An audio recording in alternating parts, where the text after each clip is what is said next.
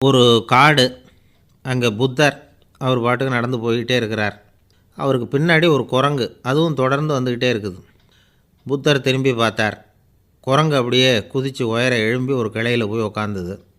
ஏன் இப்படி பண்ணுறேன்னு கேட்டார் புத்தர்.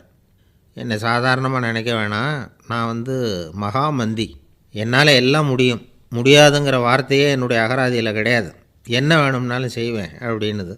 அப்படின்னா ஒரு பந்தயம் வச்சுக்கலாமான்னார் இவர். ஓ வச்சுக்கலாமேன்னுது. வேறு ஒன்றும் இல்லை, இப்போ நீ மேலே எழும்பி அந்த கிளையில் உட்காந்தது மாதிரி அங்கேருந்து தாவி என் உள்ளங்கையில் உட்காரணும், அவ்வளவுதான் அப்படின்னார். அப்படி உட்காந்துட்டா என்ன பரிசு அப்படின்னு கேட்டது அது. சொர்க்கத்தில் இருக்கிற மாமன்னன் மரகத சக்கரவர்த்தியை என்னோட இருக்கும்படியாக கூப்பிட்டுக்கிறேன். அந்த சமயத்தில் அவருடைய அரியணை அங்கே காலியாகிடும், நீ அதில் போய் உட்காந்துக்கலாம். பந்தயத்தில் தோத்துட்டா ஒரு கல்ப காலம் இந்த பூமியில் வாழ வேண்டியிருக்கும், அதுக்கு பிறகு தான் என்கிட்ட வர முடியும், என்ன சொல்கிற அப்படின்னார். குரங்குக்கு தாவறது ஒரு பெரிய காரியமா?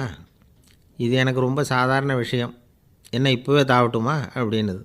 சரின்னு சொல்லி உள்ளங்கையை நீட்டினார். அவருடைய கை தாமரை இலை அளவுக்கு அப்படியே விரிஞ்சுது. குரங்கு சௌகரியமாக உட்கார்றதுக்காக. குரங்கு தாவறதுக்கு தயாராச்சு. அதுக்கு முன்னாடி ஒரு சின்ன யோசனை அதுக்கு. இந்த கிளையிலேருந்து அந்த கைக்கு தாவறது எனக்கு ரொம்ப அற்பமான ஒரு வேலை, இது ரொம்ப சாதாரணம், என்னுடைய கௌரவத்துக்கு இது சரியாக இருக்காது. அதனால் நான் என்ன பண்ண போகிறேன்னா, இங்கேருந்து கிளையிலேருந்து அப்படியே உயர எழும்ப போகிறேன்.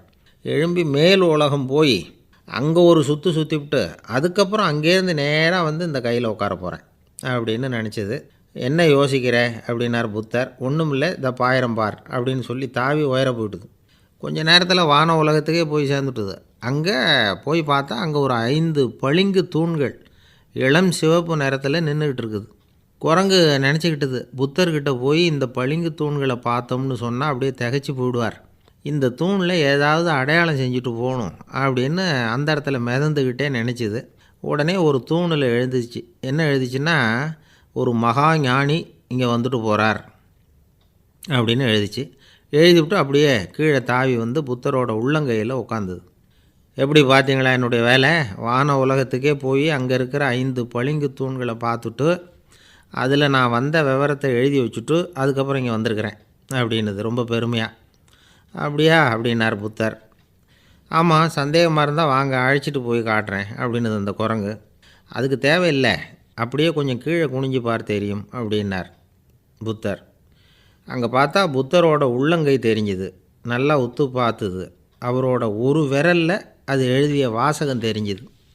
குரங்கு யோசனை பண்ணிச்சு, அப்படின்னா வானத்தில் நான் பார்த்தது புத்தரோட விரல்களா அப்படின்னு யோசிச்சுது. இதை புரிஞ்சுக்கிட்ட உடனே அந்த குரங்கோட கர்வம் அழிஞ்சு போச்சான். நம்ம மனசு தான் இந்த குரங்கு. மனம்ங்கிறதும் ஆணவங்கிறதும் ஒரு நாணயத்தின் 2 பக்கங்கள். மனம் உள்ளவரை ஆணவமும் இருக்கும். மனம் அழிஞ்சாதான் ஆணவம் அழியும். மனம் அழிய வேண்டும் அப்படின்னு பெரியவங்க சொல்கிறது இந்த அர்த்தத்தில் தான். நம்ம ஆளுங்க சவால் விடுறதெல்லாம் வேறு மாதிரி. ஒருத்தன் ஒரு வாய்க்காலை தாண்டுறேன்னு பந்தயம் கட்டி தாண்ட முடியாமல் வாய்க்காலில் விழுந்து காலை உடச்சிக்கிட்டு கட்டு போட்டுக்கிட்டு வந்தான். ஏன்டா அப்படின்னு கேட்டாங்க. நான் பந்தயம் கட்டின நேரம் சரியில்லை அப்படின்னா. எப்படிறான்னு கேட்டிருக்காங்க. வாய்க்காலில் தண்ணி இருக்கிற நேரமாக பார்த்து பந்தயம் கட்டியிருக்கணும் அப்படின்னானா. ஒரு அம்மா, அவங்களுக்கு 35 வயசு இருக்கும், குடும்பத்தில் எந்த கஷ்டமும் இல்லை, இருந்தாலும் காரணம் இல்லாமல் பிள்ளைங்க பேரில் கோவப்படுறது, எரிஞ்சு விழுறது அவங்க வழக்கம். பிள்ளைங்க அழும், உடனே அவங்க மனசும் சங்கடப்படும். இன்னொரு அம்மா, நல்ல வேலையில் இருக்கிறவங்க, வாரத்துக்கு ஒரு தடவையாவது தலைவலி வந்துடும். இவங்களுக்கெல்லாம் உடம்புல எந்த கோளாறும் இல்லை, மனசு மட்டும் சரியாக இருக்காது, தூக்க மாத்திரை கையில் வச்சுருப்பாங்க. 30-35 வயசுடைய பெண்களுக்கு சர்வசாதாரணமாக காணப்படுகிற மனக்கோளாறு இது. இதுக்கு பேர் மனவாட்டம், டிப்ரெஷன், மனமடிவு அப்படின்னு சொல்லலாம். இந்த நோய்க்கு அறிகுறி என்ன தெரியுமா? மனசில் வருத்தமான உணர்வு இருக்கும், அடிக்கடி அழலாம் போல் தோணும். முன்னால் எல்லாம் எந்தெந்த செயலில் ஆர்வம் இருந்ததோ அதெல்லாம் குறைஞ்சிரும், அல்லது சுத்தமாகவே ஆர்வம் இல்லாமல் போயிடும். சில பெண்கள் இளம் வயசில் பக்கத்தில் இருக்கிறவங்க கிட்ட கலகலப்பாக பேசுவாங்க, வீட்டை அலங்கரிக்கிறதுல ஆர்வம் இருக்கும். இப்போ அதிலெல்லாம் ஆர்வம் இல்லாமல் போயிடும். எந்த வேலை செஞ்சாலும் சீக்கிரம் களைப்பு அடைஞ்சுடுறது மாதிரி ஆகிடும். நமக்கு யாருமே உதவியாக இல்லை, நம்ம எல்லோரும் கை விட்டுட்டாங்க போல் இருக்குதே அப்படிங்கிற உணர்வுலாம் உண்டாகும். தன்னைத்தானே குறை சொல்லிக்குவாங்க. நாம் தப்பு பண்ணிவிட்டோம் போல இருக்குதே அப்படின்னு தோணும். குற்றம் பண்ணிட்டதா நினச்சி கஷ்டப்படுவாங்க. பசி இருக்காது, தூக்கத்தில் தொந்தரவு இருக்கும், அடிக்கடி செத்து போடலாங்கிற உணர்வு வரும், தற்கொலை பண்ணிக்கலாங்கிற எண்ணம் உண்டாகும். சில பேர் தற்கொலை முயற்சியில் கூட ஈடுபடுவாங்க. சில பேருக்கு பலவிதமான உடல் வலிகள் இருக்கும், பலவீனம் இருக்கும், சீக்கிரமாக களைப்படைஞ்சு போடுவாங்க. இதெல்லாம் மனவாட்ட நோய்க்கான தன்மைகள். இந்த மனவாட்டம், அதாவது டிப்ரெஷனை ரெண்டு வகையாக பிரிக்கலாமா. ஒன்று தானாக உண்டாக்கிக்கிறது, இன்னொன்று எதிர் விளைவை உண்டு பண்ணுகிற அல்லது நரம்பு சம்பந்தப்பட்ட டிப்ரெஷன். தானாக உண்டாக்கிக்கிற மனவாட்ட நோய் இருக்குது பாருங்கள், அதுக்கு ஏதாவது சூழ்நிலை காரணமாக இருக்கலாம் அல்லது இல்லாமலும் போகலாம். மூளையில் டொப்பாமைன் அல்லது செரட்டோனின் இதோட அளவு குறையும் பொழுது இந்த டிப்ரெஷன் உண்டாகுது. இதுக்கு ஓரளவு பிறவி காரணங்கள் கூட இருக்கலாம். குடும்பத்தில் வேறு சிலருக்கும் வரலாம். பாதிக்கப்பட்ட பெண்ணை பார்க்குறதுக்கு பலவீனமாக தெரியும், கடுமையான குற்ற உணர்வு இருக்கும், தனியாக இருக்கிறதுக்கு ஆசைப்படுவாங்க, நடு ராத்திரியில் எழுந்திரிச்சு உட்காந்து கஷ்டப்பட்டுக்கிட்டு இருப்பாங்க, கொடூரமான முறையில் தற்கொலை பண்ணிக்க முயற்சி பண்ணுவாங்க, தீ வச்சுக்கிறது, அமிலத்தை குடிக்கிறது, தூக்கில் தொங்குறது. இப்படி தானாக வரவழைச்சிக்கிற மனவாட்ட நோய் மறையக்கூடிய நோய். ஒரு தடவை வந்தால் 3லேருந்து 6 மாதம் வரைக்கும் நீடிக்கும். இடைப்பட்ட காலங்களில் நோயாளி இயல்பாக இருப்பார். எதிர் விளைவை உண்டு பண்ணுகிற அல்லது நரம்பு சம்பந்தப்பட்ட மனவாட்ட நோய் எப்படின்னா, கணவன் மனைவி மாமியார் மருமகள் இப்படிப்பட்ட உறவு முறை பிரச்சனைகள், தோல்விகள், எரிச்சல்கள், ஆஃபீஸு பிரச்சனை, இப்படிப்பட்ட சூழ்நிலையால் உண்டாகிறது. எல்லாத்துக்கும் மருந்து இருக்குது, மார்க்கம் இருக்குது, கவலைப்பட வேண்டியதில்லை, தைரியமாக இருக்கணும். உளவியல் மருத்துவம் இதுக்கு ரொம்ப உபயோகமாக இருக்கும். சில பெண்களை பாருங்கள், அவங்க எதுக்கும் அலட்டிக்கிறது இல்லை. ஒரு அம்மா அப்படி தான் தன்னுடைய கணவனை அழைச்சிக்கிட்டு ஒரு மனநோய் மருத்துவர்கிட்ட வந்தாங்க. டாக்டர், எங்கள் வீட்டுக்காரர் திடீர்னு ஒரு மாதிரி ஆயிட்டார், வித்தியாசமாக நடந்துகிறார். எப்படின்னா, இவர் தன்னையே ஒரு ஒட்டடை குச்சியாக நினச்சிக்கிட்டு இருக்கிறார். அப்படி நினச்சிக்கிட்டு தன்னுடைய தலையாலேயே வீட்டில் உள்ள ஒட்டடையெல்லாம் தொடச்சிக்கிட்டு இருக்கிறார் அப்படின்னாங்க. எவ்வளவு நாளாக அப்படி இருக்குதுன்னு கேட்டார் டாக்டர். 1 வாரமாக அப்படி இருக்குது அப்படின்னாங்க அந்த அம்மா. அப்படின்னா முன்னாடியே ஏன் அழைச்சிட்டு வரல அப்படின்னு கேட்டார் டாக்டர். வீடு பூரா சுத்தமாகட்டுமேனு பார்த்துக்கிட்டு இருந்தேன் டாக்டர் அப்படின்னாங்களாம் அந்த அம்மா. ஒரே ஒரு ஊரில் ஒரு பாதிரியார் இருந்தார். ரொம்ப நாள் சந்தோஷமாக வாழ்ந்தார். ஒரு நாள் அவர் மடத்து சமையல் அறையில் பாத்திரங்களை கழுவி துலக்கி சுத்தப்படுத்திக்கிட்டு இருந்தார். அந்த சமயத்தில் ஒரு தேவதூதன் அவர் முன்னாடி நின்னான். இவர் நிமிர்ந்து பார்த்தார். ஆண்டவர் என்னை உங்ககிட்ட அனுப்பியிருக்கிறார், பரலோகத்தில் வாசம் செய்கிறதுக்கு உங்களுக்கு நேரம் வந்துட்டுது அப்படின்னு அந்த ஆள். ஆண்டவருக்கு என்னோட ஞாபகம் வந்ததுக்கு நன்றி. ஆனாலும் இப்போ இங்கே நீயே பாரு, எவ்வளவு பாண்டங்கள் பாக்கி இருக்குது, இவ்வளவையும் நான் சுத்தப்படுத்த வேண்டியிருக்கு. நான் நன்றி கெட்டவனாக இருக்க விரும்பலை. இந்த பணியை முடிக்கிற வரைக்கும் என்னுடைய பரலோக வாழ்வை தள்ளி வைக்க முடியுமா? நீ என்ன நினைக்கிற அப்படின்னு கேட்டார். தேவதூதன் தனக்கே உரிய விவேகத்தோட அன்போட பாதிரியாரை பார்த்தான். சரி, என்ன செய்யலாம்ங்கிறத அப்புறம் சொல்கிறேன் அப்படின்னு சொல்லிவிட்டு புறப்பட்டு போயிட்டான். ஒரு நாள் அந்த பாதிரியார் தோட்டத்தில் உள்ள களைகளையெல்லாம் ஒரு களை கொத்தியால் கொத்தி களை எடுத்துக்கிட்டு இருக்கிறார். அந்த சமயத்தில் இந்த தேவதூதன் மறுபடியும் அவர் முன்னாடி நிற்கிறான். பாதிரியார் பார்த்தார். இதை பாரு, இந்த தோட்டம் பூராவும் எவ்வளவு களை மண்டி கிடக்கு, பரலோகம் கொஞ்ச காலம் எனக்காக பொறுத்திருக்கலாம்னு நீ நினைக்கிறியா அப்படின்னு கேட்டார். தேவதூதன் சிரிச்சுக்கிட்டே மறுபடியும் மறைஞ்சிட்டான். மறுபடியும் அவர் களை எடுக்கிறது, தானிய களஞ்சியத்துக்கு வர்ணம் பூசுறது, இப்படிப்பட்ட வேலைகளில் ஈடுபட்டிருக்கார். இன்னொரு நாள் ஒரு மருத்துவமனையில் நோயாளிகளை கவனிச்சிக்கிட்டு ரொம்ப தீவிரமாக இருக்கிறார் அந்த பாதிரியார். ஒரு நோயாளியோட தாகத்துக்கு தண்ணீர் கொடுத்துட்டு நிமிர்ந்து பார்க்குறப்போ தேவதூதன் மறுபடியும் அவர் முன்னாடி நிற்கிறான். இந்த தடவை பாதிரியார் தன்னலமற்றவராக பேரன்பை காட்டக்கூடிய வகையில் தன்னுடைய 2 கைகளையும் உயர்த்தியபடி தேவதூதனின் கவனத்தை பிணியால் வாடக்கூடிய நோயாளிகளின் பக்கம் திருப்பினாராம். தேவதூதன் ஒன்றும் சொல்லலை, மறைஞ்சிட்டான். அன்னைக்கு சாயந்தரம் பாதிரியார் மடத்தில் உள்ள தன்னுடைய அறைக்கு போய் இளைப்பாறினார். யோசித்து பார்த்தார். தேவதூதனையும் தேவதூதனின் விருப்பத்தையும் பல நாள் தள்ளி போட்டு வந்ததையும் அவர் ரொம்ப நினச்சி பார்த்தார். திடீர்னு தான் முதுமை அடைகிறதையும் சோர்வு அடைகிறதையும் உணர்ந்தார். ஆண்டவரை நினச்சார். ஆண்டவரே, உம்முடைய தூதனை மறுபடியும் என்கிட்ட அனுப்புனா நான் சந்திக்கிறதுக்கு ஆவலாக இருக்கேன். அப்படின்னு சொல்கிறப்பவே தேவதூதன் பக்கத்தில் வந்து நின்னான். பாதிரியார் நிமிர்ந்து பார்த்தார். நீ இப்போவே என்னை அழைச்சிக்கிட்டு போக விரும்பினா நான் பரலோகத்துக்கு வர்றதுக்கு தயாராக இருக்கேன்னார். தேவதூதன் அந்த பாதிரியாரை அன்போடவும் விவேகத்தோடவும் பார்த்து, நீங்கள் என் கூட பரலோகத்துக்கு வர்ற தயாராக இருக்கிறதா சொல்கிறீங்க, ஆனால் நீங்கள் இது வரைக்கும் வேறு எங்கே இருந்ததா நினைக்கிறீங்க அப்படின்னானான். அப்படின்னா இது வரைக்கும் இருந்த இடம்தான் பரலோகம் அப்படிங்கிறத உணர்த்தியிருக்கிறான். பரலோகம்னா என்னென்னு புரிஞ்சுக்கிறதுக்கு இந்த சம்பவம் நமக்கு உதவியாக இருக்குது. தொண்டு செய்கிறத விட பெரிய செயல் வேறு எதுவும் இருக்க முடியாது. அது நம்ம மனசுக்கு கொடுக்குற சுகத்தை வேறு எதுவும் கொடுக்க முடியாது. நாம் தொண்டு செய்கிற இடம் தான் அந்த புண்ணிய இடம். ஆனால் இந்த காலத்துல எல்லாம் நாம் தொண்டு செய்யணும்னு நினச்சி ஏதாவது ஆரம்பித்தா கூட அதை ஒரு மாதிரியாக சுற்றி நின்று வேடிக்கை பார்க்க ஆரம்பிச்சிடுறாங்க. ஒரு பெரியவர் அப்படி தான் ஒரு தொண்டு செஞ்சுக்கிட்டு இருந்தார். ஒரு கோவில் கட்டிக்கிட்டு இருந்தாங்க. அதில் ஒரு இடத்துல ஒரு பலகையை வச்சு ஆணி அடிக்கிற வேலையை செஞ்சுக்கிட்டு இருந்தார் அந்த பெரியவர். ஒரு சின்ன பையன் அதை ரொம்ப ஊக்கமாக அக்கறையாக கவனிச்சிக்கிட்டு இருந்தான். பெரியவர் இதை கவனித்தார். என்னப்பா பார்க்குற, உனக்கும் இது மாதிரி தொண்டு செய்யணும்னு ஆசையாக இருக்கா அப்படின்னு கேட்டார்.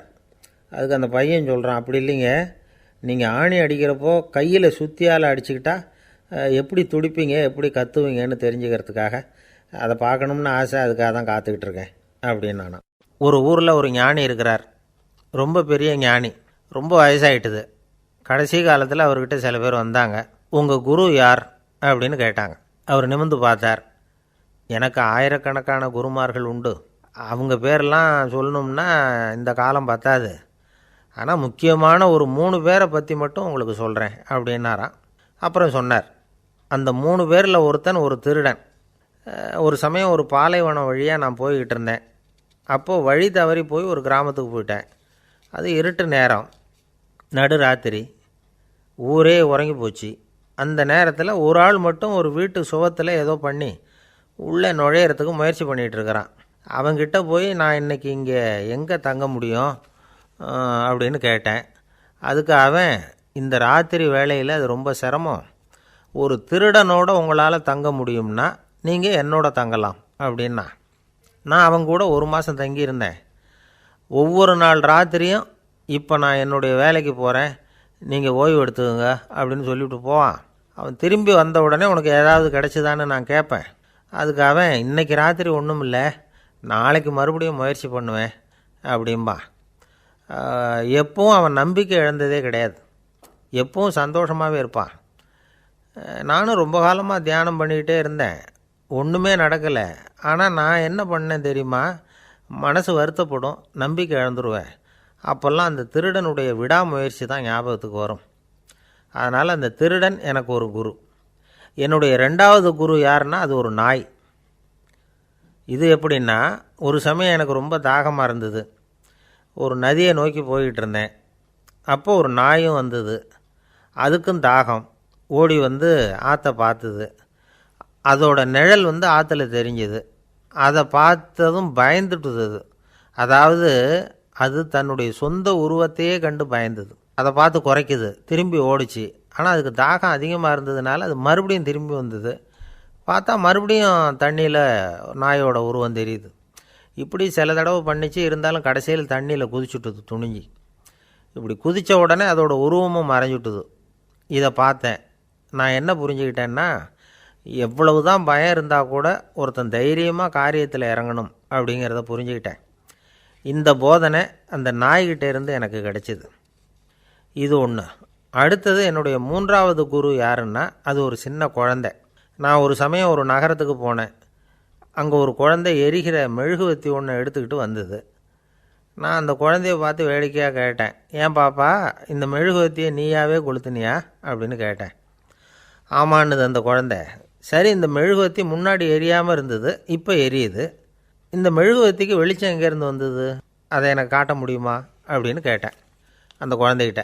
இதுக்கு அந்த குழந்தை சிரிச்சுக்கிட்டு அந்த மெழுகுவத்தியை ஊதி அணைச்சுட்டுது. அதுக்கப்புறம் என்னை பார்த்து கேட்டுது, இப்போ இந்த மெழுகுவத்தியின் வெளிச்சம் போனதை பார்த்தீங்க இல்லையா, அது எங்கே போச்சுன்னு எனக்கு சொல்லுங்க அப்படின்னுது. அந்த குழந்தை இப்படி கேட்டதும் என்கிட்ட இருந்த ஆணவம் அழிஞ்சுட்டுது. நான் படித்ததெல்லாம் அந்த வினாடியில் சுக்கு நூறாக போயிட்டுது. என்னுடைய முட்டாள்தனத்தை நான் உணர்ந்தேன் அப்படின்னு இவ்வளவும் அந்த ஞானி விவரமாக சொன்னாராம். அதனால் நாம் இன்னார்கிட்டே இருந்து தான் இதை கற்றுக்கணுங்கிறது இல்லை, யாருக்கிட்டே இருந்தும் எதையும் கற்றுக்கலாம். நம்மால் ஒருத்தன் ஒரு நாய் வளர்த்துக்கிட்டு இருந்தான். அந்த நாய்க்கு வால் கிடையாது. யாரோ ஏற்கனவே வெட்டி எடுத்துட்டாங்க. இந்த நாய் தான் சார் எனக்கு குரு, அதுக்கிட்டே இருந்து கூட நான் பாடம் கற்றுக்கிட்டு இருக்கிறேன் அப்படின்னா. அப்படி என்ன கற்றுக்கிட்டேன் இந்த வால் இல்லாத நாய்கிட்டே இருந்து அப்படின்னு கேட்டோம். நாம் யாருக்கிட்டேயும் வாலாட்டக்கூடாது அப்படிங்கிற பாடத்தை அதுக்கிட்டே இருந்து தான் நான் கற்றுக்கிட்டேன் அப்படின்னா. ஒருத்தர் சிகரெட்டும் கையுமா வந்தார். சார், இந்த புகைப்பிடிக்கிற பழக்கத்தை நிறுத்தி போடணும்னு தான் பார்க்குறேன், முடியலேன்னார். புகைப்பிடிக்கிறத நிறுத்துறது ரொம்ப சுலபம் சார் அப்படின்னார் இன்னொருத்தர். எப்படி சொல்கிறீங்கன்னு கேட்டார் அவர்.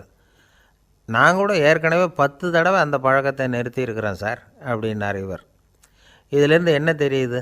புகைப்பழக்கத்தை திடீர்னு விட்டு விடுறதுங்கிறது ரொம்ப கஷ்டம்னு தெரியுது. இருந்தாலும் இது சம்பந்தமான ஆராய்ச்சி, அனுபவம், இது ரெண்டையும் அடிப்படையாக வச்சு சில வழிமுறைகளை சொல்கிறாங்க. அதாவது புகைப்பிடிக்கிறத நிறுத்துறதுக்கு 10 வழிகள் உண்டு அப்படின்னு சொல்கிறாங்க. அது என்னங்கிறது தெரிஞ்சுக்கிட்டால் உபயோகப்படுதான்னு பார்க்கலாமே. முதல் கருத்து என்னென்னா, கொஞ்ச நாளைக்கு புகைப்பிடிக்கிற நண்பர்களை விட்டு விலகி இருக்கணும். இதனால் புகைப்பிடிக்கிற ஆசை குறையும். அந்த பழக்கத்தை மறுபடியும் ஆரம்பிக்கக்கூடாதுங்கிற எண்ணம் உறுதிப்படும். ரெண்டாவது கருத்து, புகைப்பிடிக்கிறதை எதிர்த்து தீவிரமாக பிரச்சாரம் செய்ய ஆரம்பிச்சிடணும். அது அடுத்தவங்களுக்கும் உபயோகப்படும், உங்களுக்கும் உபயோகப்படும். உங்கள் உள்ளுணர்வை அது தூண்டும், உங்களை உறுதி கொள்ள வைக்கும். மூன்றாவது கருத்து என்னென்னா, தினமும் 2 தடவை குளிக்கணும். எப்படி தெரியுமா? முதல்ல வெது வெதுப்பான தண்ணீர், அப்புறம் குளிர்ந்த தண்ணீர், இப்படி மாறி மாறி குளிக்கணுமா. நாலாவது கருத்து, உடற்பயிற்சிகள் செய்யணும். மூச்சு வாங்குகிற மாதிரியான பயிற்சிகள் ரொம்ப நல்லதான். பிராணாயாமம் அப்படிங்கிற மூச்சு பயிற்சி ரொம்ப நல்லதுங்கிறாங்க. அப்புறம் ஐந்தாவது கருத்து, சாப்பாடு மிதமாக இருக்கணும், சீராக இருக்கணும். பச்சை காய்கறிகள், பழங்கள் சாப்பாட்டில் சேர்த்துக்கலாம். அடிக்கடி கொஞ்சம் கொஞ்சமாக சாப்பிட்டு ரத்தத்தில் சர்க்கரையின் அளவை பராமரிக்கணும். இது நரம்புகளை அமைதிப்படுத்தும். ஆறாவது கருத்து என்னென்னா, ரொம்ப நேரம் பசியோடு இருக்கக்கூடாது. புகைப்பிடிக்கிறத நிறுத்த முயற்சி செய்யும் பொழுது எடை குறைப்பு நடவடிக்கைகளை மேற்கொள்ளக்கூடாது. ஏழாவது கருத்து, காப்பி, தேநீர், மதுபானம், அப்புறம் போதைப் பொருள்கள் கலந்த உணவுகள் இதெல்லாம் வேணாம். புகைப்பிடிக்கிறத அதெல்லாம் ஊக்கப்படுத்தும். கடுகு, மிளகு, அப்புறம் காரமான பொருள்களை தவிர்க்கணும். உப்பு அளவை குறைக்கணும். தினமும் 10 குவளை தண்ணீராவது குடிக்கணும். வெறும் தண்ணி புகைப்பிடிக்கிற ஆவலை தணிக்குதான். எட்டாவது கருத்து, கையில் சிகரெட்டு, புகையில ஏதாவது இருந்தால் உடனே தூக்கி எறிஞ்சிருங்க. அது கையில் இருக்கிற வரைக்கும் புகைப்பிடிக்கிற ஆசை வந்துக்கிட்டே இருக்கும். ஒன்பதாவது கருத்து என்னென்னா, இறை நம்பிக்கை உள்ளவங்க புகைப்பிடிக்கிற எண்ணம் வர்றப்போவெல்லாம் பிரார்த்தனை செய்ய ஆரம்பிச்சுடலாம். 10வது கருத்து, உங்களுக்கு ரொம்பவும் வேண்டியவங்க யாரோ அவங்கக்கிட்ட எல்லாம் நீங்கள் புகைப்பிடிக்கிறத நிறுத்தி விட்டதாக சொல்லிவிடுங்க. இந்த 10 வழிகளையும் கடைபிடிக்க ஆரம்பிச்சுட்டா புகைப்பிடிக்கும் பழக்கத்தை நிறுத்தி விடலாம் அப்படின்னு சொல்கிறாங்க அனுபவப்பட்டவங்க. முயற்சி பண்ணி பார்க்கலாம். ஒரு முக்கியமான இடத்துல நின்றுக்கிட்டு இருந்தார் ஒருத்தர். அங்கே இன்னொருத்தர், ஏன் சார் இந்த இடத்துல சிகரெட் பிடிக்கலாமா அப்படின்னு அனுமதி கேட்டார். இந்த இடத்துல சிகரெட் பிடிக்கக்கூடாதுங்க அப்படின்னாரு இவர். நீங்கள் இப்படி சொல்கிறீங்க, ஆனால் இந்த இடத்துல கீழே நிறைய சிகரெட் துண்டுகள் கிடக்குதே, அவங்கெல்லாம் யார்? அவங்கெல்லாம் உங்கள் மாதிரி என்கிட்ட அனுமதி கேட்காதவங்க அப்படின்னாராம் இவர். இந்த உலகத்தில் எவ்வளவோ உயிரினங்கள் இருக்குது. ஒவ்வொன்றும் ஒவ்வொரு விதமாக சண்டை போடுது. இப்போ 2 மாடு சண்டை போட்டுக்குதுன்னு வச்சுக்கோங்க, என்ன பண்ணும்? 2 முட்டிக்கும். அதுக்கு சண்டை போடுறதுக்கு ஆயுதமாக உபயோகப்படுறது அதோட கொம்பு. 2 சேவல் சண்டை போட்டுக்குதுன்னு வச்சுக்கோங்க, அதுக்கு ஆயுதமாக உபயோகப்படுறது அதோட கால் நகம். காலால் தான் அது ஒன்றோட ஒன்று சண்டை போட்டுக்கும். ஆனால் 2 மனுஷன் சண்டை போட்டுக்கிறான்னு வச்சுக்கோங்க, இவன் இன்னதை தான் ஆயுதமாக உபயோகப்படுத்துவான்னு குறிப்பிட்டு சொல்ல முடியாது. கல்லை எடுப்பான், கத்தி எடுப்பான், துப்பாக்கி எடுப்பான், என்ன வேணாலும் பண்ணுவான். வாயால் திட்டுவான், கையால் அடிப்பான், காலால் உதைப்பான், சகலகலா வல்லவன். விலங்குகள்லாம் பொதுவாக வாயை சாப்பிட்றதுக்கு மட்டும்தான் உபயோகப்படுத்துது. ஆனால் இவனுக்கு சாப்பிட்றதுக்கும் அதுதான், சாப்பிட்டு விட்டு திட்டுறதுக்கும் அதுதான். ஆனால் ஒரு விஷயத்தில் மட்டும் கெட்டிக்கிறேன். அதாவது நாம் சண்டை போட்டுக்கிட்டாலும் பரவாயில்லை, கோழிகள் சண்டை போடாமல் இருக்கணும் அப்படின்னு ஆசைப்படுறான். எதுக்காக? கோழிகள் சண்டை போடாமல் இருந்தால் நிறைய முட்டைகள் போடுமா, அதுக்காக தான் இந்த அக்கறை. கோழி பண்ணை வச்சுருக்கிறவங்களுக்கு இது ஒரு பெரிய பிரச்சனை. அதாவது பண்ணையில் இருக்கிற கோழிகளுக்குள்ளே அடிக்கடி சண்டை வந்துடும். அதனால் முட்டை உற்பத்தி குறைஞ்சிரும். சரி, இதுக்கு என்ன பண்ணுறது? பண்ணையில் போய் உட்காந்துக்கிட்டு தினமும் பஞ்சாயத்து பேசிகிட்டு இருக்க முடியுமா? அமெரிக்காவில் கோழி பண்ணை வச்சுருக்கிற ஒருத்தர் இதை பற்றி யோசனை பண்ணி பார்த்தாராம். ஒரு வழியையும் கண்டுபிடிச்சிருக்கார். கோழிக்கெல்லாம் மூக்கு கண்ணாடி மாட்டி விட்டுட்டோம்னா அது சண்டை போடுற குணம் குறைஞ்சிரும், முட்டை அதிகமாகிடும். அந்த கண்ணாடியில் உள்ள லென்ஸு சிவப்பு நிறத்தில் இருக்கணும், அவ்வளவுதான் அப்படின்னு அவர் கண்டுபிடிச்சாராம். இது ஏற்கனவே நடைமுறையில் கண்டுபிடிக்கப்பட்ட ஒரு விஷயம். ஆனால் எல்லா கோழிக்கும் சிவப்பு மூக்கு கண்ணாடி எப்படி மாட்டி விட்றது? அப்படியே மாட்டி விட்டாலும் அது நழுவாமல் இருக்கணுமே. இப்போ நாமெல்லாம் நடு விரலால் மூக்கு கண்ணாடி நடுவில் தொட்டு அப்படி ஸ்டைலாக சரி பண்ணிக்கிறோம். அது மாதிரி கோழி எப்படி சரி பண்ணிக்கும்? இதுதான் பிரச்சனை. இதுக்கு அவர் என்ன வழி கண்டுபிடிச்சாருன்னா, கோழிக்கெல்லாம் மூக்கு கண்ணாடிக்கு பதிலாக விழியொட்டு வில்லைகள், கான்டாக்ட் லென்ஸ், அதை பொருத்தி விட்டா என்ன அப்படின்னு யோசனை பண்ணார். அதே மாதிரி பண்ணார். அதே மாதிரி செஞ்சு பார்த்தார், வெற்றி. அதுக்கப்புறம் கோழியெல்லாம் சண்டை போட்டுக்கலையாம், சமாதான பிரியர்கள் ஆகிட்டு தான். கோழிகளுக்கு இயல்பாகவே சண்டை போடுற குணம் உண்டு.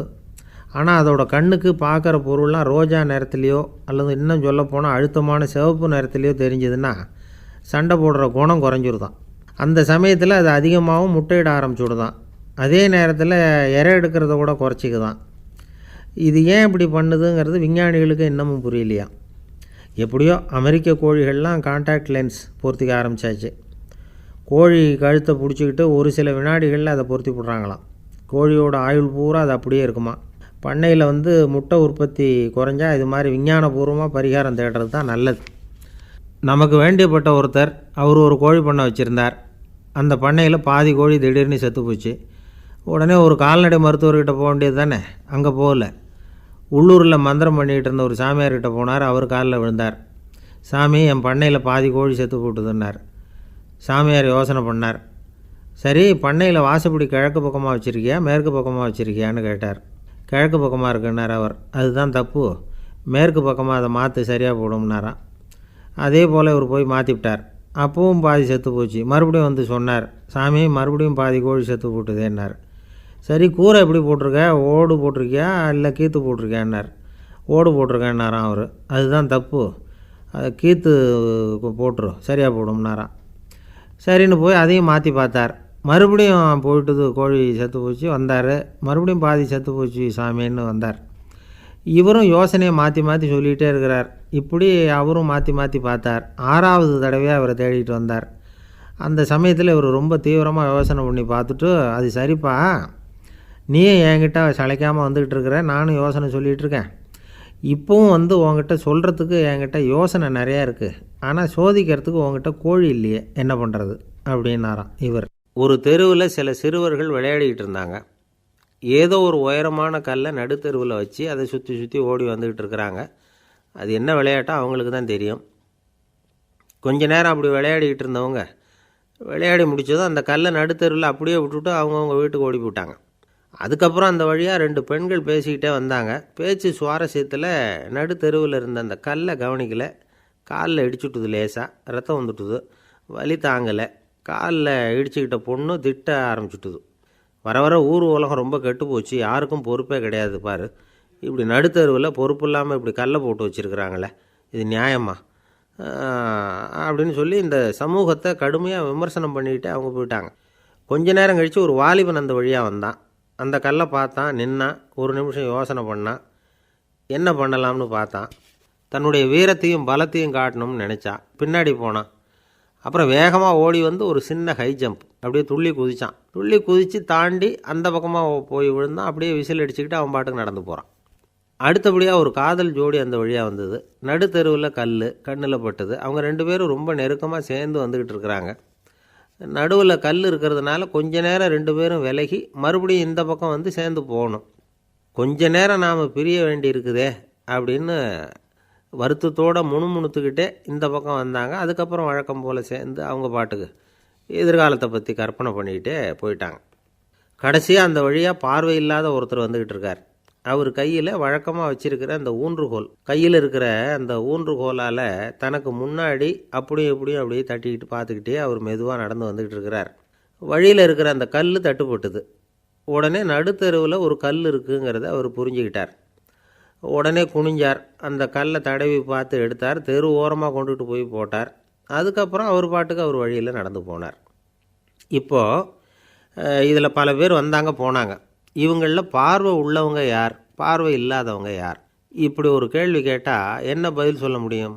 கொஞ்சம் யோசித்து பார்த்தா இன்றைக்கி பல பேர் இப்படி தான் இருந்துக்கிட்டு இருக்கிறோம். ஒரு ஆள் பார்க்குறதுக்கு பெரிய மனுஷன் மாதிரி இருக்கார். ஒரு தெரு வழியாக நடந்து வந்துக்கிட்டு இருந்தார். இருட்டு நேரம். வழியில் ஒரு பெரிய கல் கிடந்தது, கருங்கல். பார்த்தார். கொஞ்ச நேரம் யோசித்தார். போய் தூக்கி பார்த்தா ரொம்ப கனமாக இருந்தது. இன்னொரு ஆள் சேர்ந்தால் தான் தூக்க முடியும். இவர் உடனே ரோட்டு ஓரமாக போய் ஒரு மரத்தடியில் உட்காந்துக்கிட்டார். ரெண்டு பக்கமும் பார்த்துக்கிட்டே இருக்கார், யாராவது வர்றாங்களான்னு. கொஞ்ச நேரத்தில் ஒருத்தர் வந்தார், இவருக்கு தெரிஞ்சவர். என்னங்க இந்த நேரத்தில் இங்கே உட்காந்துருக்குறீங்கன்னு கேட்டார் அவர். அதோ அந்த கருங்கல் அப்படின்னு சுட்டி காட்டினார். ஓ, அதை தூக்கி ஓரமாக போடணுமா? வாங்க ரெண்டு பேரும் தூக்கலான்னார் வந்தவர். நான் அதுக்காக உட்காந்துருக்கலேன்னார் இவர். பின்ன வேறு எதுக்காகன்னார் அவர். ஒரு மனுஷன் கருங்கல்லில் காலை இடிச்சுக்கிட்டான்னா எப்படி துள்ளுவான்னு பார்க்கணுங்கிறது எனக்கு ரொம்ப நாளாக ஒரு ஆசை. அதுக்காக தான் உட்காந்துருக்கிறேன் அப்படின்னாராம். என்னுடைய நண்பர் ஒருத்தர் ஆழ்ந்த சிந்தனையில் இருந்தார். என்ன யோசனை பண்ணுறீங்கன்னு கேட்டேன். தலைவர் ஆகணும்னு பார்க்குறேன், அதுதான் என்ன வழின்னு யோசிச்சுக்கிட்டு இருக்கேன்னார். நான் கூட அது மாதிரி யோசித்து பார்த்தேன். அதுக்கப்புறம் அந்த யோசனையை கை விட்டுட்டேன் அப்படின்னோம். ஏன்னு கேட்டார். அதுக்கான தகுதிகள் நமக்கு இல்லைங்கிறது புரியுது. அது நமக்கு புரியறத விட நம்ம விட மற்றவங்களுக்கு நல்லா புரிஞ்சு போச்சு. அதனால் பேசாமல் கம்முன்னு இருந்துடுறது தான் நல்லது அப்படின்னோம். தலைவர் ஆகிறதுக்கு தகுதிகள் வேறு உண்டோ அப்படின்னு கேட்டார். அவர் யதார்த்தமாக தான் கேட்குறார். நாங்கள் உடனே எங்ககிட்ட இருந்த ஒரு புத்தகத்தை எடுத்து அவர்கிட்ட கொடுத்தோம். படித்து பாருங்கன்னு. தலைவர் ஆகிறதுக்கு என்ன வழி அப்படிங்கிறத பற்றி அதில் போட்டிருக்கிறாங்க. முதல் வழி என்ன தெரியுமா? ஒரு 4 பேர் முன்னாடி இல்லைன்னா ஒரு கூட்டத்துக்கு முன்னாடி நீங்கள் பேச போகிறீங்க. அப்போ எப்படி ஆரம்பிக்கணும்னா, உண்மையான புகழ்ச்சி, நேர்மையான பாராட்டு, இதோடு ஆரம்பிக்கணும். எடுத்ததுமே அது சரியில்லை இது சரியில்லைன்னு பேசிகிட்டு இருக்கக்கூடாது. மக்களை பார்த்து நீங்கள் தான் தப்பு பண்ணிவிட்டீங்க அப்படின்னு நேரடியாக சொல்லக்கூடாது. தவறு இருந்தாலும் அதை மறைமுகமாக ஏதாவது கதை சொல்லி அதிலிருந்து அவங்க புரிஞ்சுக்கிற மாதிரி செய்யணும். அடுத்தவங்க பண்ண தப்பு என்னன்னு அலசறதுக்கு முன்னாடி நீங்கள் பண்ணின தப்பு என்னங்கிறத பற்றியே பேசுங்க. எதுக்கும் நேரடியாக உத்தரவு போட்டுக்கிட்டு இருக்கக்கூடாது. இதை நீங்கள் செய்யணும் அப்படின்னு சொல்கிறதுக்கு பதிலாக நீங்கள் இப்படி செஞ்சால் எப்படி இருக்கும் அப்படின்னு கேள்வி மாதிரி கேட்கணுமா. இப்படி கேட்டால் அது உத்தரவு மாதிரி தெரியாதான். அடுத்தவங்க மரியாதையை காப்பாற்றுறது மாதிரி பேசணுமா. உங்கள் பேச்சு இன்னொருத்தரை அவமானப்படுத்துறது மாதிரி இருக்கக்கூடாதான். ஏண்டா இவங்கிட்ட போய் மாட்டிக்கிட்டோம்னு யாரும் நினச்சிடக்கூடாது. ஒவ்வொரு சின்ன வளர்ச்சியையும் பாராட்டணும். வெற்றி சாதாரணமாக இருந்தாலும் பாராட்டாமல் இருந்துடக்கூடாது. பாராட்டும் பொழுது தாராளமாக இருக்கணும். குறை சொல்லும் பொழுது கவனமாக இருக்கணும். வாய்க்கு வந்தபடி பேசிவிட்டால் அதுக்கப்புறம் வகையாக மாட்டிக்கிட்டு முழிக்க வேண்டியிருக்கும். நீங்கள் பேசுகிறது இன்னொருத்தருக்கு ஒரு கௌரவத்தையும் மரியாதையும் உண்டு பண்ணுறது மாதிரி இருக்கணும். நீங்கள் பேசுகிறது அடுத்தவங்களுக்கு இருக்கிற கொஞ்ச நெஞ்ச மரியாதையும் எடுத்து விடுறது மாதிரி இருக்கக்கூடாது. உங்கள் பேச்சை கேட்டால் கேட்குறவங்களுக்கு ஒரு ஊக்கம் வரணும், உற்சாகம் வரணும். தவறு எதுவாக இருந்தாலும் அதை சுலபமாக திருத்திக்கலாம், சரி பண்ணிக்கலாங்கிறது மாதிரி இருக்கணும் உங்கள் பேச்சு. அடுத்தவங்களை சந்தோஷப்படுத்துங்க. உங்கள் யோசனையை கேட்டு நடந்துக்கிறதுனால அந்த சந்தோஷம் அவங்களுக்கு கிடைக்கணும். இந்த தகுதியெல்லாம் உங்ககிட்ட இருந்தால் நீங்கள் ஒரு சிறந்த தலைவராகலாம் அப்படின்னு அந்த புஸ்தகத்தில் போட்டிருக்கு. இந்த காலத்தில் தலைவர் ஆகிறதுக்கு வேறு சில தகுதிகள்லாம் கூட தேவைப்படுது. ஒரு புள்ள தன்னுடைய அப்பா கிட்ட, அப்பா உன்ன மாதிரியே நானும் அரசியலில் சேரணும், தலைவர் ஆகணும்னு ஆசைப்படுறேன், இன்னையிலேருந்து எனக்கு அரசியல் பாடம் கற்றுக் கொடு அப்படின்னு கேட்டிருக்கான். அவரும் சரின்னு சொல்லிவிட்டு ஒரு பெரிய ஏணியை எடுத்துகிட்டு வந்தாராம். ஒரு செவுத்தில் சாத்தினார். இந்த ஏணியில் ஏறி உயர போய் அங்கே பரன் மேலே இருக்கிற ஒரு புத்தகத்தை எடுத்துகிட்டு வாடான்ருக்கார் மகனை பார்த்து. அப்பா ஏணி ரொம்ப உயரமாக இருக்குது, நீ ஜாக்கிரதையாக இதை பிடிச்சிக்கோ, நான் ஏறி போகிறேன் அப்படின்னு நான் பையன். பயப்படாத, நான் பார்த்துக்கிறேன்னார் அப்பா. பையன் ஏணியில் ஏறினா உச்சிக்கு போனதும் அப்பா கையை எடுத்துட்டார்.